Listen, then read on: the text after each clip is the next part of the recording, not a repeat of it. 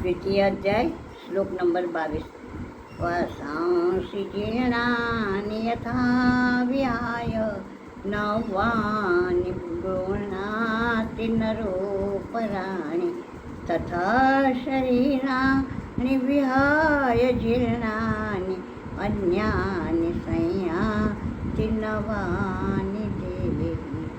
हमारा जो नित्य जीवन में जो है कार्यक्रम, उसमें हम समझ पावे, इस प्रकार भगवान हमें शरीरों का और आत्मा का अलग तत्व समझा रहे हैं।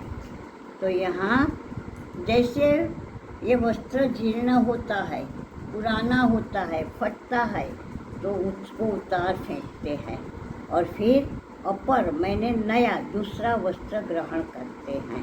तो इसी प्रकार से शरीरों को भी जीर्ण हो गया, वृद्ध हो गया, तो उसको उतार फेंकना चाहिए और नया शरीर दिया जाता है। तो ये आनंद पूर्वक ग्रहण कर लेना चाहिए, क्योंकि शरीरों का ग्रहण त्याग तो सृष्टि रचयिता के हाथ में है, नियति के हाथ में। वो वहाँ हमारे कर्मों के हिसाब किताब के हिसाब से शरीरों को बदलना निश्चित है। परंतु अगर ज्ञान की दिशा में गया तो वो हिसाब किताब का सारा खारिज हो जाता है, जल जाता है।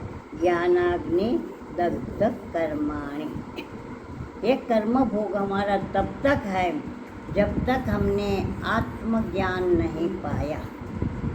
आत्मज्ञान पाते ही, आत्मा का साक्षात्कार होते ही कोई भी कर्म का बंधन नहीं रहेगा, सिवा जो आ गया है, जो तीर छूट गया है, वो तो अभी वही लक्ष्य भेद करेगा, वहाँ तक चल के जाएगा, वो छूट गया।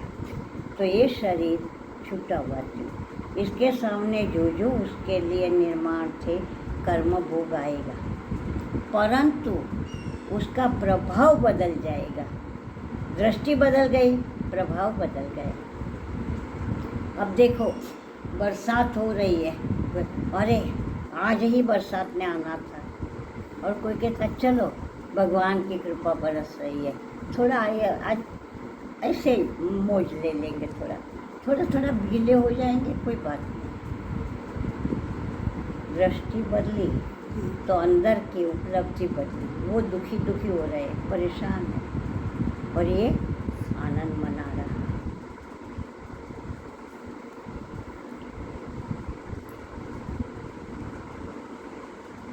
तो इस प्रकार से भगवान ने मृत्यु की भी एकदम हमारे सामने ऐसी कर दी सूक्ष्मता कि हम मृत्यु से सबसे ज़्यादा परेशान होते हैं।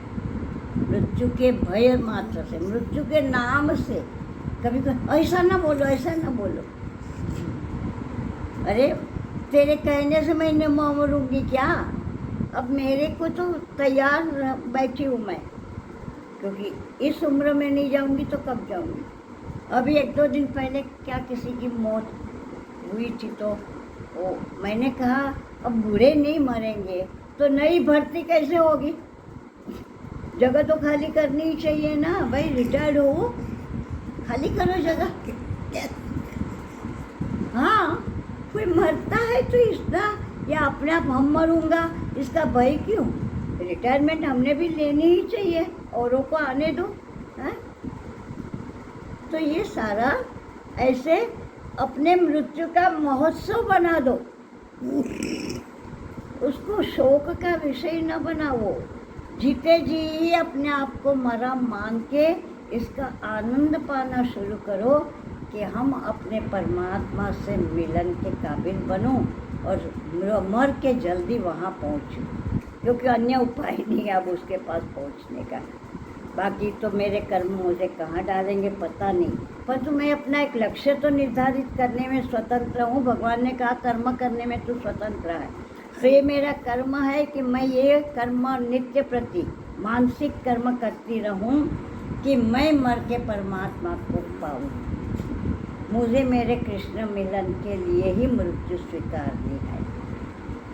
तो इस प्रकार से कर्म करने में तूने अधिकार दिया, अब मुझे फल देना न देना तेरे अधिकार में है, वो मैं स्वीकारती हूँ। आज नहीं तो कल मेरा जो निश्चय है उसके हिसाब से तू देगा ना।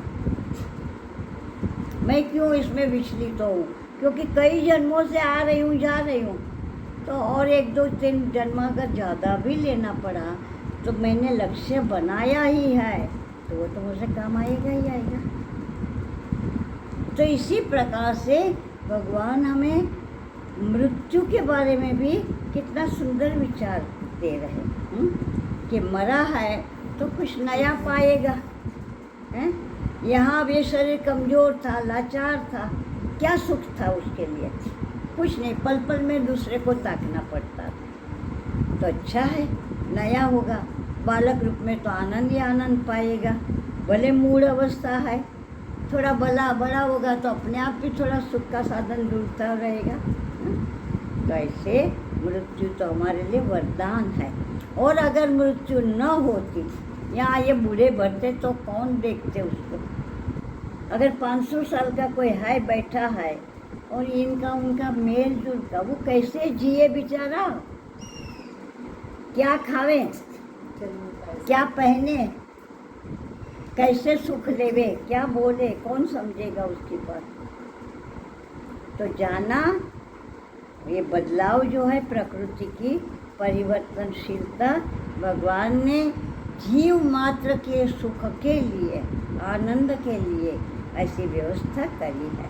ये सुंदर बगीचा है संसार, इसका आनंद लेना है, इसकी फूल पत्ती तोड़ना नहीं, ऐसे भोले बाबा कह रहे छंदावली में, और इससे भयभीत होना नहीं। कोई कली मुरझाएगी तो मुरझाएगी, नहीं तो दूसरी नहीं खिलेगी कैसे? तो ये सब बातें हमें ऐसे हमारे जीवन के साथ जुड़े हुए प्रसंग, वस्त्र आदि के उपमा दे के भगवान हमें सरल भाषा में वैदिक सिद्धांत समझाते हैं।